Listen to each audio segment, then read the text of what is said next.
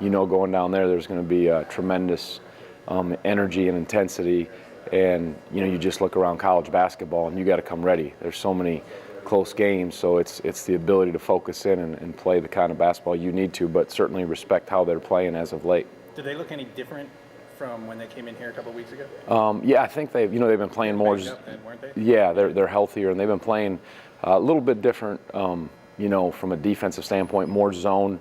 You never know what you'll see. You always have to be prepared for everything, but they've definitely have stepped up.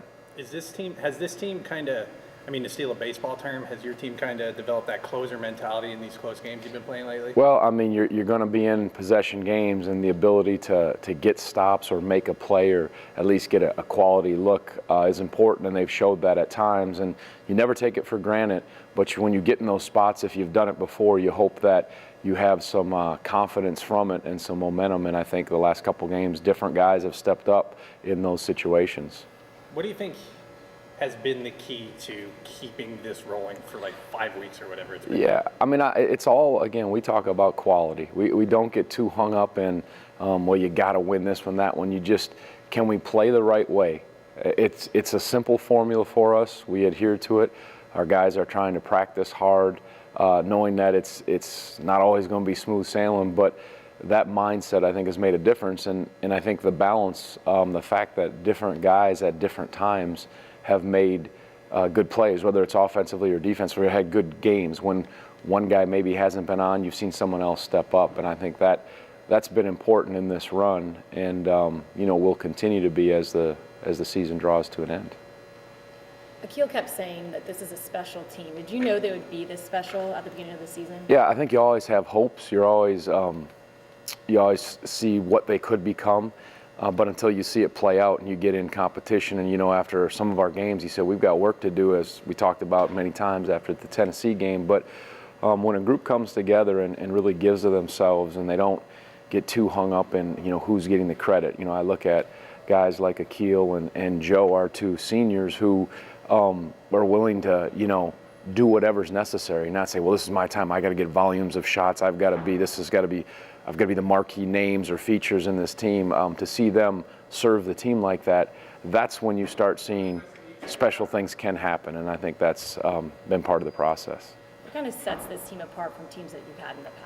I think that we talked about the balance, and then the maturity of the leadership. But we've had good leadership with some of the older guys in the past. But to see Akil and Joe step up, and then the balance. There's more balance and depth this year than we've had in the past, and I think it's a process. And I think they have the right mindset. They really don't. I think it's a selfless group that is about the right things. And when there were some adversity or bumps in the road, they came back and responded the right way.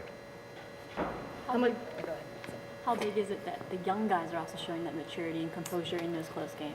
Yeah, you need it.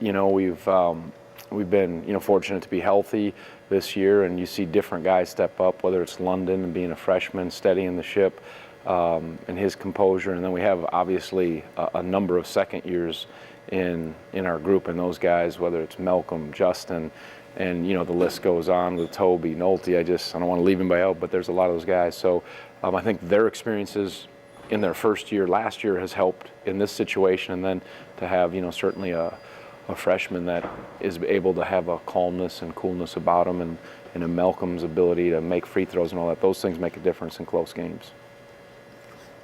I think you mentioned, I wasn't here recently, you talked a little bit about Devin Hall's growth, just sitting out this season and stuff. Has he kind of progressed as the year's gone on? Yeah, when you're sitting out as a redshirt, you really take advantage of that time in the weight room, extra shots, and being able to be kind of bold and aggressive on the scout team, where you're not as accountable to, maybe, if you turn it over, you make some mistakes, you can kind of play through those, and you don't have to worry about, well, this is going to affect the opportunities I get during the season. So I think all that stuff helps, and he's a real hard worker, so it's been good to see that, and he's getting extra work. And just as a quick follow-up to that, given how London's kind of played this year, have you changed your thinking at all on how you might utilize Devin when he does become eligible, maybe more off the ball than you originally anticipated? Well, I think one of the strengths of our team, and how I like to have our teams play, is I love having complete multiple guards. You know, if you can play 3-point guards, but you know, in our offensive system, you have to be able to play with the ball in your hands and without. You got to be able to move without the ball coming off screens, but you also have to be able to use ball screens, bounce it, create. So the more complete a guard is offensively, the better for us. So again, you can look at it, you know, with Malcolm and London on the floor. We did that when I was at Washington State. I had 3 guys that you could all consider kind of combo point guards. So I've had success with that. So I think completeness and ball handling is really important.